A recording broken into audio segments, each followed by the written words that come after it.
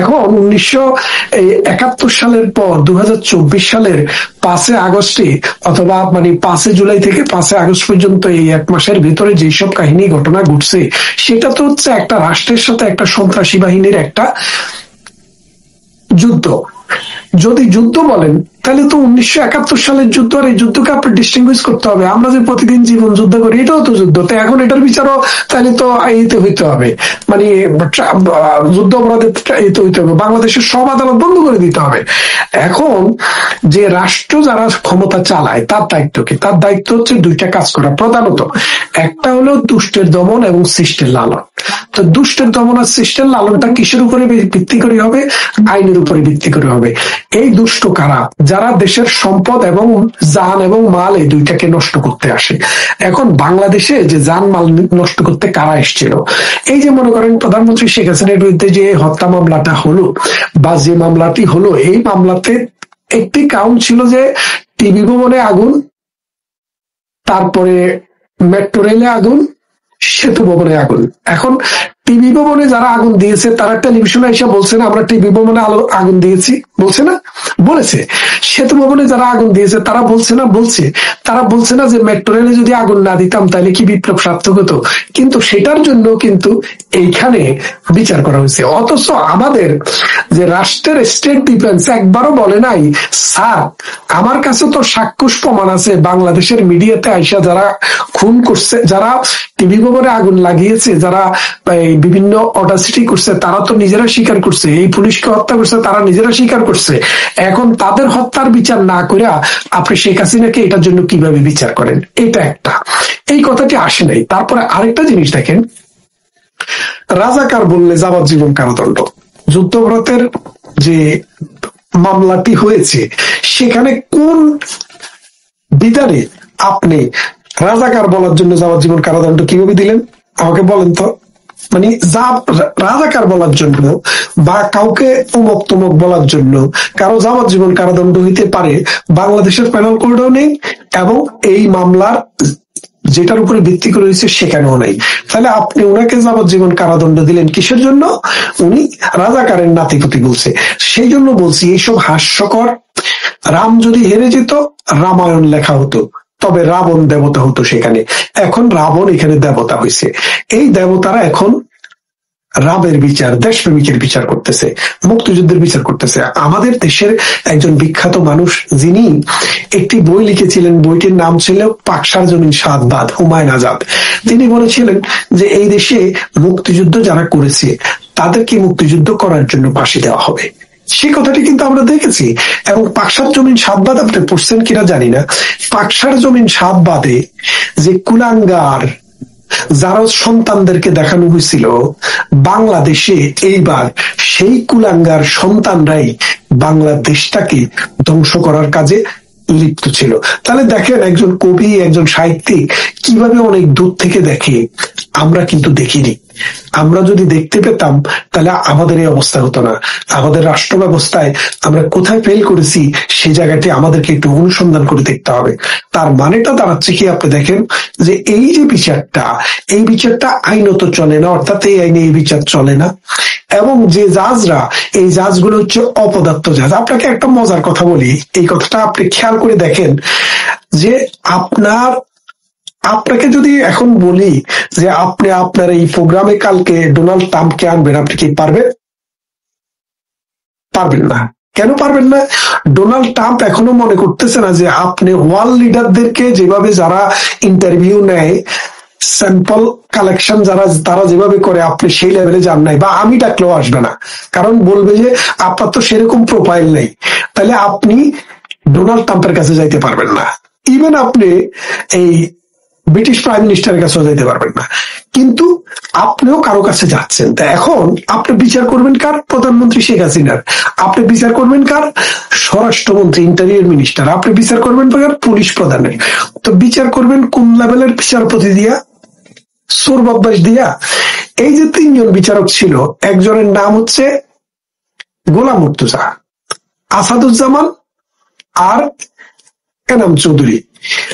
মজা পাবেন আপনি, আগে শুনছেন কিনা জানি না, এই 3 জন বিচারপতির একজনও হাইকোর্টের জীবনে একটি মামলাও বিচার কার্য পরিচালনা করার অভিজ্ঞতা ছিল না। তাহলে আপনি বোঝেন এইটা শোনেন, আয়ামে জাহেলিয়াত শব্দটা বাংলাদেশের মানুষ অনেক শুনেছে।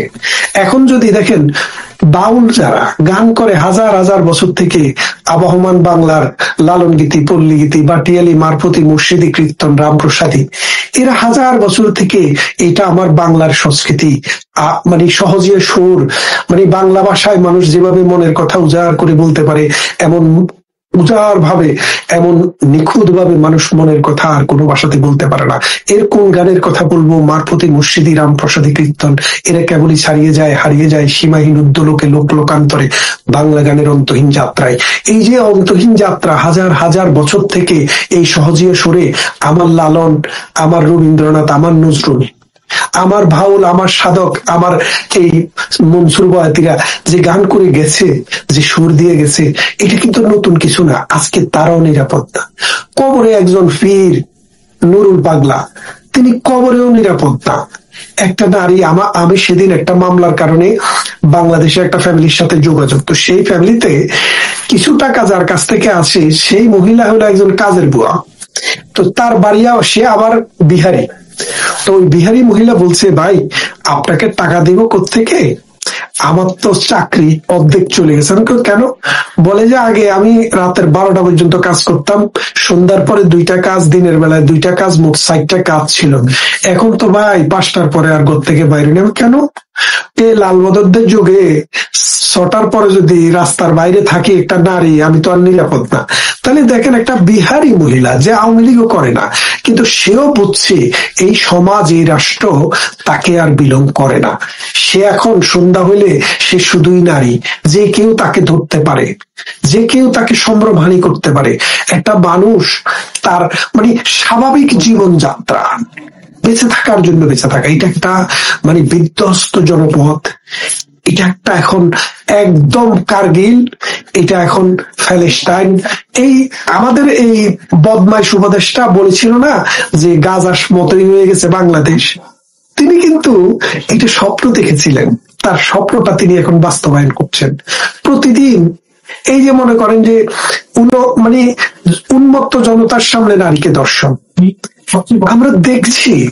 আমরা দেখছি স্কুল থেকে টিচারকে তুলে নিয়ে যাচ্ছে, মায়ের বুক থেকে শিশুকে তুলে নিয়ে যাচ্ছে, পিতার সামনে তার কন্যাকে দর্শন করছে। এই যে উন্মত্ততা, এই দেশ, এই সমাজ, মনে করেন আপনি আওয়ামী লীগ করেন, আরেকজন বিএনপি করে, আরেকজন অন্য পার্টি করে, করতেই পারে। বহুমাত্রিক চিন্তা এবং চেতনা নিয়ে একটা সমাজ যখন চলে, কমপ্লিট থাকে, কিন্তু সমাজটাকে তো বাঁচিয়ে রাখতে হবে। এখন তো আর সমাজটা বেঁচে নেই, এই সমাজটা ধ্বংস হতে হতে এমন একটা জায়গায় চলে গেছে, এই সমাজ এখন রিপেয়ার করার মতো উপযুক্ত নেই। এখন যেটা করতে হবে বিপ্লব। এই বিপ্লব কখন হবে, কিভাবে হবে আমরা জানি না, কিন্তু এই সমাজে যারা বসবাস করছে, এই দেশে, এই রাজ্যে যারা বসবাস করছে, তারা নিশ্চয়ই আস্তে আস্তে বিপ্লবের জন্য, বিদ্রোহের জন্য তৈরি হচ্ছে বলে আমি মনে করি। এই মানুষের এই মানে মানুষ যতদিন জেগে না উঠবে, নজরুল কি বলেছিলেন, আমরা যদি না জাগি না কেমনে সকাল হবে, তোমার ছেলে উঠলে মাগো রাত পোয়াবে তবে। আমাদের কিন্তু রাত পোয়াবার জন্য রাত মানে উঠতেই হবে। হ্যাঁ, পাঞ্জেরি রাত পোয়াবার কত দেরি, সেতারা হালাল এখনো উঠেনি জাগি, আমাদের সেতারা হালালরা জেগে উঠছে। আপনি দেখেন বাংলাদেশের আনাচে কানাচে, বিভিন্ন প্রান্তে, পৃথিবীর বিভিন্ন প্রান্তে, বিশ্বজোড়া পাঠশালা, মোর সবার আমি ছাত্র না, এখন তো আর শুধু বাংলাদেশ হিসাব করে লাভ নাই। আপনি কানাডায় বসে থেকে আমার সাথে অনুষ্ঠান করছেন, আমি লন্ডনে বসে আছি, আমার শ্রোতারা বাংলাদেশে। তা আমরা কিন্তু এখন মানে বন্ধনহীন এক গ্রন্থির মধ্যে হয়ে গেছি। আমরা জেগে উঠছি, আমাদের যে সম্মিলিত প্রচেষ্টা, এই প্রচেষ্টায় এই অনাচার, এই অবিচার একদিন দূরীভূত হবে, এই দেশে আইনের শাসন কায়েম হবে, এবং ওই যে বিচারপতি তোমার বিচার করবে যারা, আজ জেগেছে সেই জনতারা জাগতে শুরু করেছে। মনির ভাই, আমি একটা লেখা পড়ছিলাম, সেখানে বলা হচ্ছে যে সাবেক প্রধানমন্ত্রী, আমাদের কাছে তো অবশ্যই সাবেক না, উনি আমাদের কাছে এখনো মাননীয় প্রধানমন্ত্রী, শেখ হাসিনার বিরুদ্ধে রাষ্ট্রপক্ষের যে অজুহাত, সেটা সুপেরিয়র লায়াবিলিটির। তিনি এক্সিকিউটর নন, তার প্রথম মামলা যেটা বলা হয়েছে যে হাজারো মানুষ খুনের একটা অভিযোগ করা হয়েছে, একটা মন গড়া অভিযোগ করা হয়েছে, সেখানে চতুরতার সাথে এক্সিকিউটরদের মামলায় কিন্তু আসামি করা হয়নি, মাত্র 3 জনকে সেখানে আসামি করা হয়েছে, এবং এর মধ্যে একজন কিন্তু দেখা যাচ্ছে যে প্রাণ বাঁচাতে সে এবার রাজসাক্ষী হয়ে বসে আছে। এখন শেখ হাসিনার যে মৃত্যুদণ্ডাদেশে এসেছে, মাননীয় প্রধানমন্ত্রী শেখ হাসিনার যে মৃত্যুদণ্ডাদেশ এসেছে, সেটার মধ্য দিয়ে কিন্তু চলমান যে অবৈধ শাসনকর্তারা আছে তাদের একটা মূল উদ্দেশ্য সফল হয়েছে। এখন এই যে পরবর্তী মামলাগুলোতে রাষ্ট্রের যে জয় পরাজয়, এটা তো আর ফ্যাক্টর নয় বলে অনেকে মনে করছেন। এই বিষয়টাকে কি এত সরলীকরণ করে দেখার কোনো সুযোগ আছে কিনা, যে এখানে যদি মাননীয় প্রধানমন্ত্রীর মৃত্যুদণ্ড না হতো, যদি যাবজ্জীবন কারাদণ্ডাদেশ হতো, সেখানে কি আমরা দেখতাম যে মামলায় জয় হয়েছে বা এরকম কিছু? এবং এই যে একটা প্রহসনের মামলা চলছে এবং তিনি সাজা পেলেন কি পেলেন না, এটার থেকেও বড় কথা কি যে এটাকে যে মামলা যে লুপহোল গুলো আছে, লিগেল যে লুপহোল গুলো আছে, সেগুলো কাটিয়ে ওঠার জন্য কি জেদাই খান পান্না নামক একটা ক্যারেক্টার নিয়ে আসা হয়েছে? না, এটা হচ্ছে কি ওই মানে ওখানে যে ওই মানে গরু চোর একটাকে উকিল বানাইয়া দাঁড় করা দেওয়া হয়েছে না, কি যেন নাম, আমির হোসেন। তো ওই আমির হোসেনকে যখন দাঁড় করা দিয়েছে, সার তো কথা হচ্ছেন দেখলেই মানুষকে গুতা মারতে চায়, তো স্বভাব বদলানো যাবে না। এই সারকে যখন দেওয়া হলো তখন পুরো পৃথিবীতে কিন্তু মানুষ হেসেছে যে এটা তো অভিনয় করা বা ঠিক আছে, মোটামুটি একটা রিহার্সেল দিয়ে তো অভিনয় করানো দরকার ছিল, কিন্তু ওই হারামজাদার কোনো রিহার্সেল হয় নাই। কথা বলছেন গরু সত্য, একদম গরু চোর। আমি মানে তাই সে নাকি, আমি খবর নিয়ে যেটুকু দেখেছি, এই যে ঢাকা যে ডিস্ট্রিক্ট কোর্ট আছে না, ওই ডিস্ট্রিক্ট কোর্টে সে উকিলদের দালাল ছিল আর কি। কথা হচ্ছেন, সে নিজে কিন্তু বলতে পারে না তেমন, সে উকিলদের দালাল। তো তাকে মানে একটা মেরুদণ্ডহীন ক্যারেক্টারকে নিয়ে আসা হয়েছে, যাকে যা বলা হবে সে তাই করবে, এরকম আর কি। আমাদেরকে একদম সর্বত্র আমাদেরকে খেলোভাবে উপস্থাপন করার একটা প্রক্রিয়া, আমরা দেশ হিসেবে, জাতি হিসেবে যে আমরা নিকৃষ্ট সেটা প্রমাণ করার একটা প্রক্রিয়া। তখন ওই ফরমাইশি সাংবাদিক আছে না, যে সারা হোসেনের জামাই ডেভিড বার্গম্যান এবং অন্যান্য কিছু অর্গানাইজেশন বলেছে যে রাষ্ট্রপক্ষের যে ডিফেন্স নিয়োগ দিয়েছে সেই ডিফেন্স খুবই দুর্বল। তো সেই জন্য তারা চিন্তা করলো আমাদের কাজ তো হয়ে গেছে, আমরা এখন এই বড় বড় খেলোয়াড় নিয়ে আসি, খেলোয়াড়রা যদি কোনো কারণে ওনাকে জামিন করাও ফেলতে পারে, অর্থাৎ ওনাকে যদি দায় মুক্তি দিয়েও ফেলতে পারে, তারপরেও আমরা ক্রেডিবিলিটি দিব। কথা বলেন, সেই জন্য এটা করা হচ্ছে। তবে মূল কথাটা হচ্ছে এই আদালতটি অবৈধ, বাংলাদেশে কোনো যুদ্ধ ছিল না। প্রধানমন্ত্রী শেখ হাসিনা যখন রাষ্ট্র পরিচালনা করেন, তার দায়িত্ব ছিল মানুষের যান এবং মালের নিরাপত্তা দেওয়া। সেই যান মালের নিরাপত্তা দিতে গিয়ে যদি তার কোনো জায়গায় যদি তার মানে যেটাকে বলে আলটা বায়াস, যদি এমন কোনো কিছু হয়ে থাকে, তার সিদ্ধান্তে যদি কোনো ভুল ত্রুটি হয়ে থাকে, তাহলে বাংলাদেশের প্রচলিত আইনে সেটা বিচার করার মতো যথেষ্ট জায়গা রয়েছে। কিন্তু সেই জায়গায় আপনি যে বিচারটা করলেন, ইভেন আপনি যদি নুরেনবার্গ ট্রায়াল দেখেন, নুরেনবার্গ ট্রায়ালে এগুলা স্বীকৃত যুদ্ধ অপরাধী যারা মনে করেন গ্যাস চেম্বারে ভরে ভরে জুস মানুষকে হত্যা করেছে, তাদের বিচার করার জন্য এটা একদম ক্রিস্টাল ক্লিয়ার ছিল। তারপরেও কিন্তু সেই বিচারটা হইতে 1 বছর সময় লেগেছে। কিন্তু আমাদের এই যে বিচারটি শুরু হয়েছে জুলাই মাসের 4 তারিখে নাকি ওরা চার্জ গঠন করছে। তো জুলাই মাসের 4 তারিখ থেকে এই অক্টোবর পর্যন্ত, নভেম্বর তো রায় হলো, July, August, September, October, 4 month.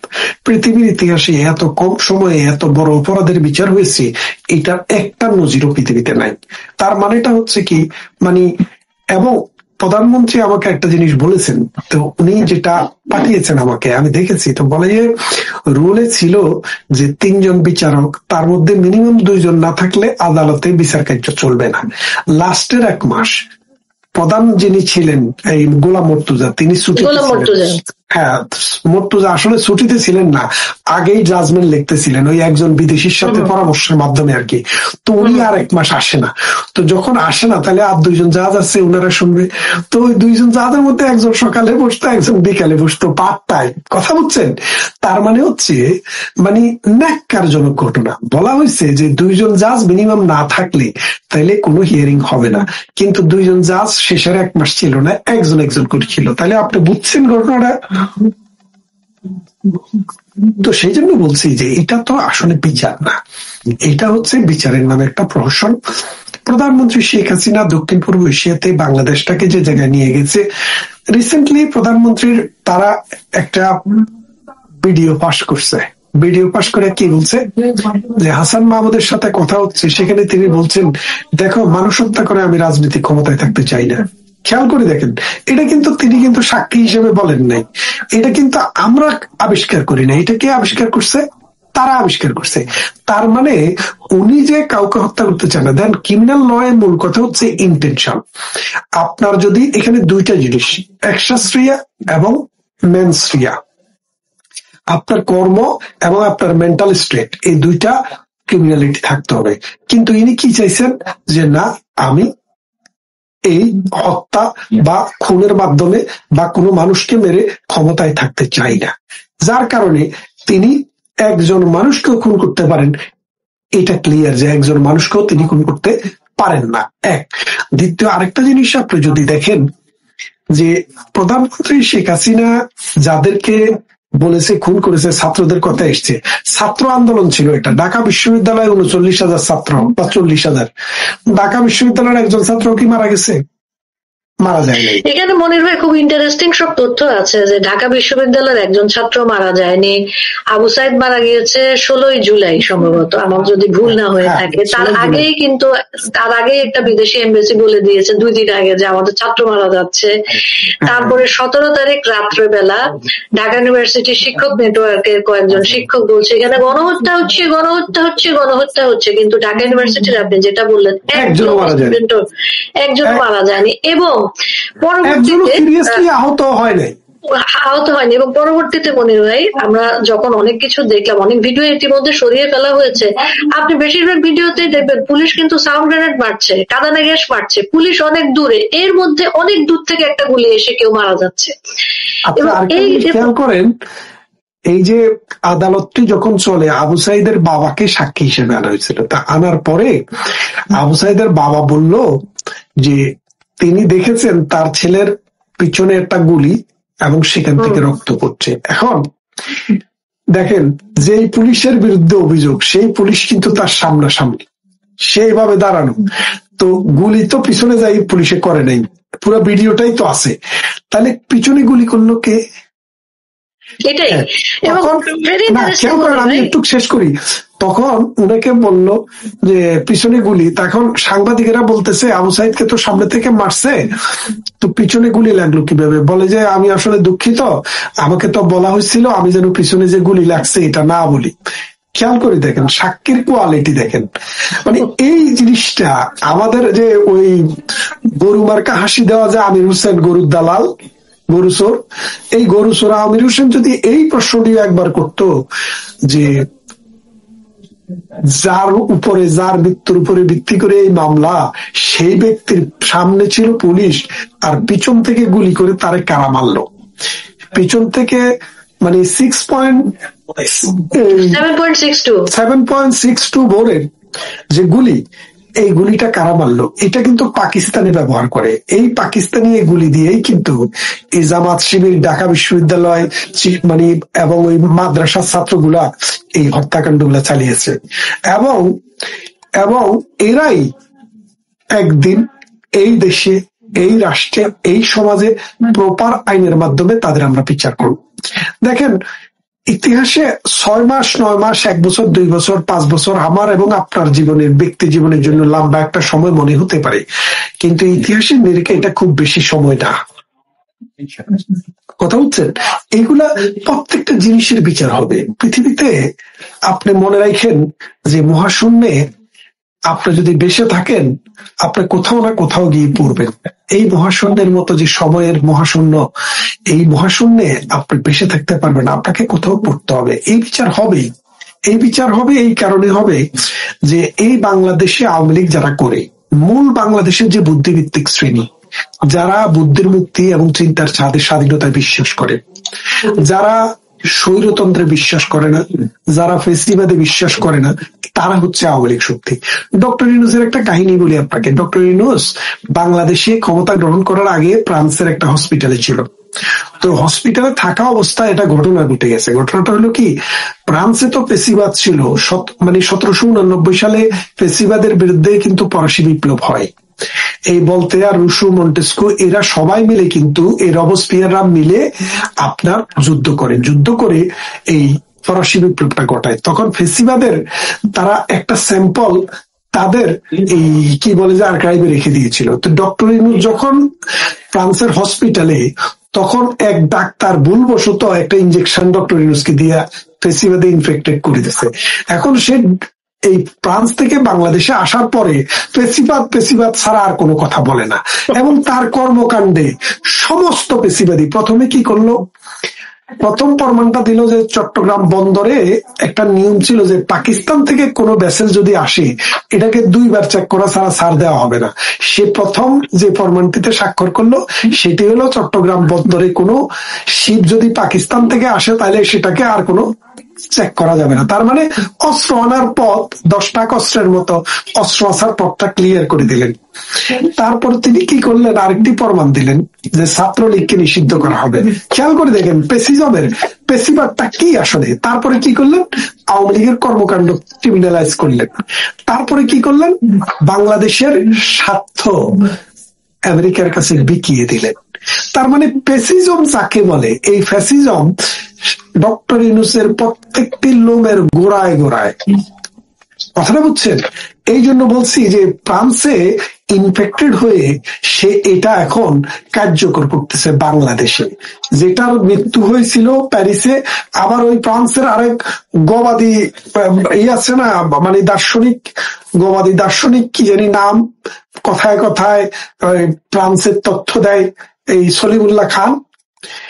সেই সলিমুল্লাহ খানও এই ডক্টর ইউনূসের উপদেষ্টা। সেটা কোন উপদেষ্টা জানেন? বালিশের তলে থাকা উপদেষ্টা। এটা আপনি দেখবেন না কাগজে পত্রে, কিন্তু উপদেশ আসে ওয়্যারলেসে। নাই টেলিফোন, নাই রিপিওন। গানটা শুনছেন না? মনের খবর বন্ধুর কাছে কিভাবে পাঠাবে, তখন দুঃখ করে পাপিয়া সরোয়ার গানটা গেয়েছিল। এখন কিন্তু টেলিফোনও আছে, ফিওনও আছে, সবই আছে, খবর চলে যায় আর কি। তো এই গবাদিরা মিলে বাংলাদেশটাকে একটা জাহান্নামে পরিণত করছে। এই জাহান্নামের আগুন থেকে বাঙালির জীবন, সমাজ, রাষ্ট্র কোনটাই নিরাপদ না। আজকে এই জাহান্নামী শয়তানদেরকে যদি কারাবাসে দেওয়া না যায়, এই সমাজ যে বেঁচতে গেছে এই অতল গর্ভ থেকে এটাকে টেনে তোলা সম্ভব হবে না। ধন্যবাদ মনির ভাই। আমরা অনুষ্ঠানের প্রায় শেষের দিকে প্রায়। আমরা যেটা বলতে চাচ্ছিলাম, মনির ভাইও প্রথমে বলেছে যে এই জিনিসটা কোনো 2টা দল বা 3টা দলের রাজনৈতিক লড়াইয়ের জায়গায় আর নেই।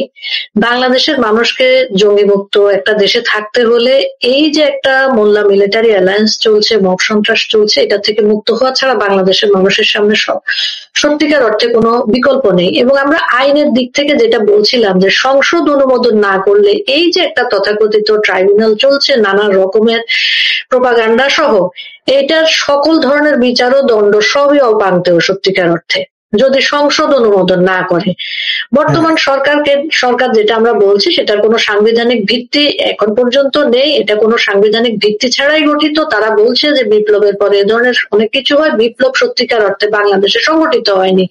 বাংলাদেশে যেটা হয়েছে সেটা হয়েছে এনার্কি, এবং সেই এনার্কি এখনো চলছে। এই যে সরকারের উদ্দেশ্য প্রণোদিত অধ্যাদেশের মাধ্যমে আদালতের বিচারিক এখতিয়ার সংশোধন করার যে আইনগত প্রক্রিয়া, সেটার কোনো বৈধতা নেই, যেটা মনির ভাই বলেছেন। এই যে বৈধতাহীন আইনে যে বিচার, এটা লিগ্যাল ভ্যালোসিটি কখনোই পাবে না। এখন আমরা যেটা কোনোদিনও পাবে না। জনাব পান্নার যে নিয়োগ অবৈধ আইনে চলমান বিচারকে মেনে নেওয়ার পাথেয় করার জন্য, এটা কৌশল এক ধরনের, সেই নিয়োগও সত্যিকার অর্থে কোনো আইনগত ভিত্তির উপর দাঁড়িয়ে নেই।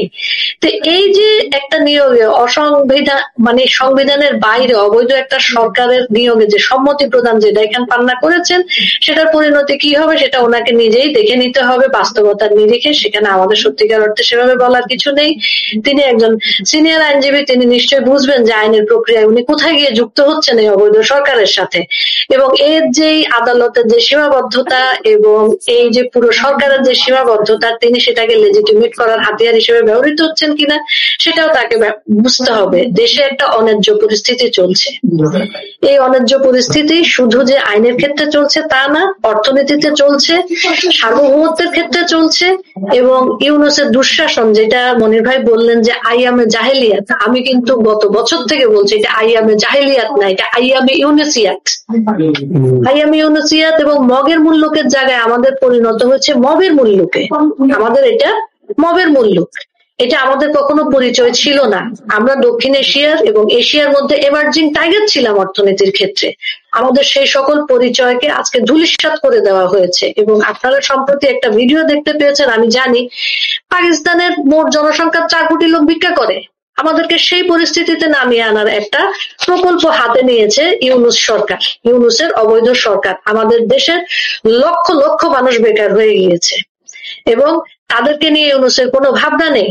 তাদেরকে নিয়ে, এই জনগণকে নিয়ে যারা খেতে পারছে না, পড়তে পারছে না এবং মুখে কিছু বলতে পারছে না, তাদেরকে নিয়ে ইউনূসের কোনো ভাবনা নেই। এই যে অবৈধ দখলদার, এদেরকে উৎখাত করা ছাড়া বাংলা ও বাংলার মানুষের কোনো মুক্তি নেই। এবং তার সাথে যুক্ত হয়েছে জঙ্গি, শত শত জঙ্গিকে ইউনূস ছেড়ে দিয়েছে, যেই কারণে প্রতি মাসে সরকারি হিসাব অনুযায়ী 33টা হত্যার কেস লিপিবদ্ধ হচ্ছে। 33টা, 4133 জন মারা গিয়েছে গত 15 মাসে সরকারি হিসেবে। এটা শুধু রিপোর্টেড না, এরকম কত আমরা জানি না। ধর্ষণ অগণিত, হত্যা অগণিত, এবং ইউনূস তার নেতৃত্বে একটা পলিটিক্যাল জেনোসাইড বাংলাদেশে চালাচ্ছে। যেই মুক্তিযুদ্ধের কথা বলছে তাকে আওয়ামী লীগ ট্যাগ দিয়ে সে কোনো না কোনো ভাবে কারাগারে প্রেরণ করছে, মিথ্যা মামলা দিয়ে কারাগারে প্রেরণ করছে এবং অনেককে নীরবে হত্যা করছে। কেউ তার এলাকা ছাড়া, তারপরেও তার ঢাকায় এসে লুকিয়ে আছে, তাকেও তার বাসায় হত্যা করে ঝুলিয়ে দিয়ে বলছে আত্মহত্যা।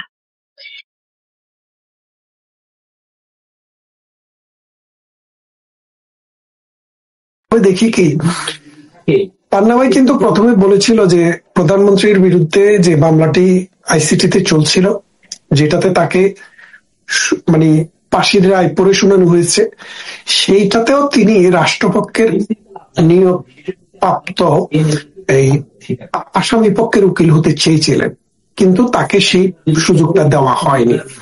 তা এখন সেই সুযোগটা যদি তখন দেওয়া হতো আমরা খুশি হতাম। কেন খুশি হতাম? যে অ্যাটলিস্ট এই ক্যাঙ্গারু কোর্টে একজন মুক্তিযোদ্ধা গিয়ে যদি সামনে দাঁড়াতো, গার্ডস নিয়ে কথা বলতো, হয়তো এটার ইটগুলো খুলে পড়ে যেত, কিন্তু সে সময় সুযোগ দেওয়া হয়নি। তা এখন একটা মানুষকে যখন আপনি মৃত্যুদণ্ডের রায় দিলেন, তখন এই মানুষটাকে আর কিসের দণ্ড দিবেন আপনি? মানে একটা মানুষকে মৃত্যুদণ্ডের রায় দেওয়ার পর কয়বার রায় দিবেন? 3 বার, 5 বার, 6 বার, আলটিমেটলি তো একবার। তো সেই জন্য বলি যে পান্না ভাইয়ের এই মুহূর্তে গিয়ে দাঁড়ানোটা এটা বোকামি। কারণ পান্না ভাইয়ের মধ্যে স্পিরিট আছে, আমি মুক্তিযুদ্ধকে ধারণ করে এই দুঃসময়ে যখন মুক্তিযুদ্ধ শব্দটাই বাংলাদেশে খুব দুষ্প্রাপ্য হয়ে গেছে, উনি কিন্তু সেখানে এসে দাঁড়িয়েছে। এখন উনি এখানে যাওয়ার ফলে মিডিয়াতে উনার নামে কিন্তু অনেক ধরনের নেগেটিভ পাবলিসিটি হচ্ছে। আমি কিন্তু ব্যক্তিগতভাবে তার বিরুদ্ধে এইসব নেগেটিভ পাবলিসিটি করতে চাই না। আমি না চাওয়ার মূল কারণ হচ্ছে যে বাংলাদেশে এখন যে যুদ্ধটা চলছে, এটা হচ্ছে একটা দর্শিতার সাথে একটা দর্শকের যুদ্ধ। একটা দেশকে দর্শন করেছে 1971 সালে যারা, যেই রাজাকাররা, সেই রাজাকাররা, আপনি রুদ্র মোহাম্মদ শহীদুল্লাহর একটা কবিতা শুনেছেন, দেশের পতাকা মানচিত্র আজ খামছে ধরেছে সেই পুরনো শকুন। সেই পুরনো শকুনেরা যখন দেশের মানচিত্রটাকে, দেশের পতাকাটা খামছে ধরেছে, তখন বাংলাদেশের যুদ্ধটা এখন আর বিএনপির মধ্যে আর আওয়ামী লীগের মধ্যে সীমাবদ্ধ নয়, এটা হচ্ছে বাংলাদেশের পক্ষে এবং বাংলাদেশের বিপক্ষে। 1971 সালে যারা আমার বা আমনকে গনিমতের মাল বলে পাকিস্তানি বাহিনীর হাতে তুলে দিয়েছে, 1971 সালে যাদের বিরুদ্ধে আপনি জানেন মুক্তিযোদ্ধা কারা, এই যে বর্তমান সরকারের যে মুক্তিযুদ্ধ উপদেষ্টা আছে তিনি একটা সংজ্ঞা সেদিন পড়ে শুনিয়েছেন, যেটা আগেও ছিল। তিনি বলেছেন যে মুক্তিযুদ্ধ হচ্ছে তারা যারা পাকিস্তান বাহিনী, জামাতে ইসলামী, নেজামে ইসলামী, মুসলিম লীগ, রাজাকার, আল বদর, আল শামস এবং শান্তি কমিটির বিরুদ্ধে যুদ্ধ করেছে তারা।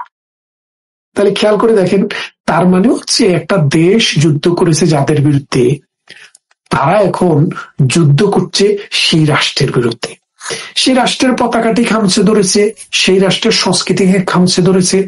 যে অসাম্প্রদায়িক বাংলাদেশের মুক্তিযুদ্ধের মূল চরিত্রটাই ছিল অসাম্প্রদায়িকতা, অর্থাৎ মুক্তিযুদ্ধ হবে ধর্ম, জাতি, বর্ণ, নারী, পুরুষ নির্বিশেষে সকল মানুষের সম্মিলিত প্রয়াস। এখানে ধর্ম থাকবে ব্যক্তির, কিন্তু সামষ্টিকভাবে আমরা একটা জাতি হব যেই জাতির বয়স কমের দিকে ৬,০০০ বছর, অর্থাৎ বাঙালি যে জাতি, যে এথনিসিটি, এই জাতির বয়স ৬,০০০ বছর। এই ৬,০০০ বছরে এই জাতির আরাধনা ছিল একটি ভাষা ভিত্তিক, সংস্কৃতি ভিত্তিক একটি রাষ্ট্র, একটি স্বাধীন রাষ্ট্র। সেই রাষ্ট্রটি অন্তত মানুষের ইতিহাস যেটুকু ট্রেস করা যায় ৩,০০০ বছর মানুষ চেষ্টা করেও পারেনি। তখন এই বঙ্গবন্ধুর নেতৃত্বে এই স্বপ্নিক পুরুষ মানুষকে একতাবদ্ধ করে 1971 সালে মহান মুক্তি সংগ্রামের মাধ্যমে যে সাম্প্রদায়িকতার বিরুদ্ধে অসাম্প্রদায়িকতার বিজয় করেছে, এখন সেই পুরনো শকুন সেই সাম্প্রদায়িক চিন্তা চেতনা নিয়ে আমার সংবিধানকে, আমার দেশকে খামচে ধরেছে। আজকে নিরাপদ না কোনো নারী, কেউ। এখন সেই জায়গায় যখন পান্না ভাইয়ের মতো মানুষ মুক্তিযুদ্ধের পক্ষে হয়ে দুটি কথা বলে, মুক্তিযুদ্ধ শব্দটা বলে, আমি খুশি হই। কিন্তু পান্না ভাই এখানে এখন আসুক প্রধানমন্ত্রী শেখ হাসিনাকে ফাঁসির রায় দেওয়ার পর, এটা আমি চাই না। এটা এই কারণে চাই না যে একটা মানুষের ফাঁসির রায় হওয়ার পরে এরপরে যাবজ্জীবন হলে অসুবিধা কি আর, 10 বছরের কারাদণ্ড 5 বার হলে অসুবিধা কি আর, আরো 3 বার ফাঁসির রায় হলে অসুবিধা কি আর, কোনো অসুবিধা নেই। সুতরাং আমরা জানি এই সংগ্রাম হচ্ছে অন্ধকারের বিরুদ্ধে আলোর সংগ্রাম। মুক্তিযুদ্ধের বিরুদ্ধে যারা দাঁড়িয়ে আছে সাম্প্রদায়িক শক্তি, তাদের বিরুদ্ধে অসাম্প্রদায়িক চেতনার সংগ্রাম। এই সংগ্রামে আমরা জিতবই, today, tomorrow or day after. সুতরাং আমরা তৈরি হচ্ছি, আমাদের মানুষ তৈরি হচ্ছে। মনির ভাই, আপনাকে এখানে আমি দর্শক শ্রোতাদেরকেও একটু মনে করিয়ে দিতে চাই যে ঢাকা পান্না অবশ্যই প্রথিতযশা আইনজীবী, তিনি মুক্তিযুদ্ধকে ধারণ করেন, তিনি একজন সিনিয়র সিটিজেন। উনি কিন্তু গত বছর 29শে আগস্ট উনি কিন্তু সারা হোসেনদেরকে নিয়ে যে রিটটা করেছিলেন সেই 6 জন সন্ত্রাসীকে ছাড়িয়ে নিয়ে আসার জন্য, তথাকথিত সমন্বয়ক তাদেরকে আমরা বলছি, ওনাদের সেই রিটের কথা কিন্তু আমরা ভুলে যাইনি। ওই রিটের মাধ্যমে কিন্তু সেই সন্ত্রাসীরা ছাড়া পাওয়ার পরে কিন্তু গণভবনে 5ই আগস্ট আক্রমণটা হয়েছে। তো মুক্তিযুদ্ধের কথা অনেকেই বলেন, সেটা তাদের ব্যক্তিগত লাভালাভের জন্য অনেক সময় বলে থাকেন। এই যে জেদাই খান পান্নার যে নিয়োগ আমরা দেখতে পাচ্ছি, তিনি কিন্তু আইনানুগভাবে মানে শেখ হাসিনার নিযুক্ত আইনজীবী না, তিনি কিন্তু স্টেট ডিফেন্স, আমরা যেটা বলছি স্টেট ডিফেন্স মাত্র। আর স্টেট ডিফেন্স কি প্রথাগতভাবে রাষ্ট্রপক্ষের স্বায়ত্ত আদালতের ইচ্ছায় নিযুক্ত হন, আমরা যেটা জানি। কিন্তু 73 সালের যে আদালতের মূল আইনে যে বিধিমালা রয়েছে, সেখানে কিন্তু বর্তমান সংশোধনীতে প্রায়োগিক পদ্ধতির কথা কিছু বলা নেই। এই মুহূর্তে যে সংশোধনী অবৈধ সরকার করেছে, সেখানে কিন্তু তারা প্রায়োগিক পদ্ধতির কথা কিন্তু তারা কিছু বলেনি। এই যে আদালত, বিচারক, তাজুলের এই কোর্টের এই প্রতারণা, এই যে এক ধরনের কাজ চলছে, অন্য কোনো একদিন যদি এটা বিচার হয় আইন এবং সংবিধান অনুযায়ী, সেই বিচার কিরকম হবে, এদের বিচারটা কিরকম হবে? ধন্যবাদ আপনাকে। সোজা কথাটা হচ্ছে, দেখেন আপনি যেটা বলছেন যে সংশোধনের বিষয়টা নিয়ে একটু কথা বলতে চাই। আমিও তো একজন আইনজীবী, বাংলাদেশে আমি কিন্তু আইনজীবী, এদেশেও আইনজীবী, মানে আইনের উপরে ভিত্তি করে এই জীবনটা চালাই, সেই জন্য আইনজীবী বলা যায় আপনি। তো এখন বাংলাদেশে সংবিধান অনুসারে যদি কোনো সংসদ না থাকে, প্রেসিডেন্ট কিন্তু কোনো আইনি ফরমান জারি করতে পারেন না। খেয়াল করে দেখেন, মানে একটা সংবিধান যখন কোনো দেশে থাকে, সেই সংবিধানের অধীনে যখন কোনো একটি পার্লামেন্ট থাকে, তো পার্লামেন্ট তো সারা বছর আর সেশনে থাকে না। ধরেন জানুয়ারিতে একটা সেশন হলো, আরেকটা সেশন হবে ধরেন এপ্রিলে, 3 মাস পরে বা 2 মাস পরে, 60 দিন পরে। তো এই 60 দিন মাঝখানে যে গ্যাপ, এই সময়ের মধ্যে যদি রাষ্ট্র কোনো ইমার্জেন্সি ফিল করে যে একটা আইন করা দরকার, তখন প্রেসিডেন্টকে দিয়ে একটা অর্ডিন্যান্স জারি করান। এই অর্ডিন্যান্সের মেয়াদকাল থাকে 60 দিন। অর্থাৎ যদি 60 দিনের মধ্যে সার্বভৌম পার্লামেন্ট যদি সেটাকে রেকটিফাই না করে, তাহলে সেটি আর আইন বলিয়া গণ্য হইবে না। তো এখন এই যে মনে করেন যে 12 মাস 18 মাস চলে যাচ্ছে, এখন পর্যন্ত বাংলাদেশে কোনো সংসদ নেই, তাহলে প্রেসিডেন্টে যে অধ্যাদেশটি দিবেন 60 দিন পরে, এটা রেকটিফাই করবে কে? ব্যাপারটা আপনি বোঝেন নাই যে আমি তো অপেক্ষা করব, আমার ঘরে তালা কেউ দিবে, কিন্তু মানুষ তো থাকতে হবে। আপনি যদি জন অরণ্যে না থাকা যদি আপনি ওই মরুভূমিতে থাকেন যেখানে মানুষে একজন, সেখানে ঘরে তালা দিবে কে? তো এখন যেখানে একটা পার্লামেন্ট অ্যাক্টিভ নেই, সেখানে তো প্রেসিডেন্টের কোনো এই রকমের বিধি জারি করার কোনো ক্ষমতাই নেই। সুতরাং এগুলা হচ্ছে কি, দেখেন চোর যখন ঘরে ঢুকে, আপনার ঘরে ধরেন 3 জন চোর ঢুকলো, তো একজন বলল যে তুমি দরজায় দাঁড়াবা, তুমি সিন্দুক ভাঙবা, আর তুমি সিন্দুক থেকে সোনা দানা বাইর করে তাদের গাড়িতে নিয়ে তুলবা। তো এই যে এটা তো একটা নিয়ম, তাই না? তারা একটা নিয়ম করে নিছে। কাদের নিয়ম? চোরদের নিয়ম। এখন চোরেরা তাদের সুবিধার জন্য, নারীকে ধর্ষণ করার জন্য, পুরুষকে বলাৎকারের জন্য, অথবা গড়ের সম্পদ লুণ্ঠনের জন্য বাড়িওয়ালাদেরকে হাত পা বেঁধে রেখে দিয়ে তাদের স্বর্ণ গয়না হীরা জহরত সব চুরি করে। এখন তারা সব চোর, এগুলো সব চোর, এখন তারা চুরি করছে। কি বিচারক বলেন, কি আদালত বলেন, কি লয়ার বলেন, এগুলো সব হচ্ছে একটা পারপাসিভলি ক্রিয়েটেড। কারণ আপনাকে বলি, আমি আগেও বলেছি, আপনি এই দেশে ব্রিটেনে একটা মামলা হয়েছিল। মামলাটা কি, যে পার্লামেন্টের একটা অ্যাক্ট, এখন আইনজীবীরা যেভাবে এটাকে ব্যাখ্যা দিচ্ছেন, ল যেভাবে ব্যাখ্যা দিচ্ছে, দেখা গেছে যে ওই আইনটা আসলে ওইভাবে হয় নাই। তখন এই হাউস অফ লর্ড বললো যে কি, আমরা পার্লামেন্টারি হ্যান্ডসার্ট দেখতে চাই। মামলাটার নাম হচ্ছে পিপার ভার্সেস হার্টস। বলে যে পার্লামেন্টারি হ্যান্ডসার্ট, হ্যান্ডসার্ট হলো পার্লামেন্টে যখন কোনো একটা বিল উত্থাপিত হয়, তখন এটার পক্ষে বিপক্ষে নানান জনে নানান কথা বলে। ওখান থেকে আপনি ট্রেস করতে পারেন যে আসলে এই আইনটা কেন করা হয়েছে। তো বাংলাদেশে 1973 সালে যখন এই আইনটা হয়, তখন 17 দিন এটার উপরে আলোচনা হয়েছে। সেই আলোচনাটাই হচ্ছে পার্লামেন্টারি হ্যান্ডসার্ট।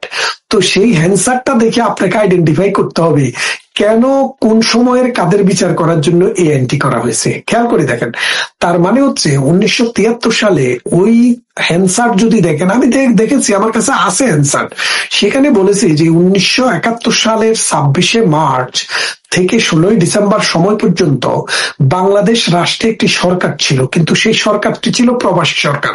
অর্থাৎ সরকার নিজেই দেশে থাকতে পারতেছিল না, ইন্ডিয়াতে ছিল, যার কারণে রাষ্ট্রের নাগরিককে প্রোটেকশন দিতে পারে নাই। সেই সময়ে নাগরিককে ধর্মান্তরিতকরণ, নাগরিকের বাড়ি পুড়িয়ে দেওয়া, ধর্ষণ, খুন, নিজের জবরদখল এবং দেশান্তরিতকরণ, এইরকম কর্মকাণ্ড হয়েছে।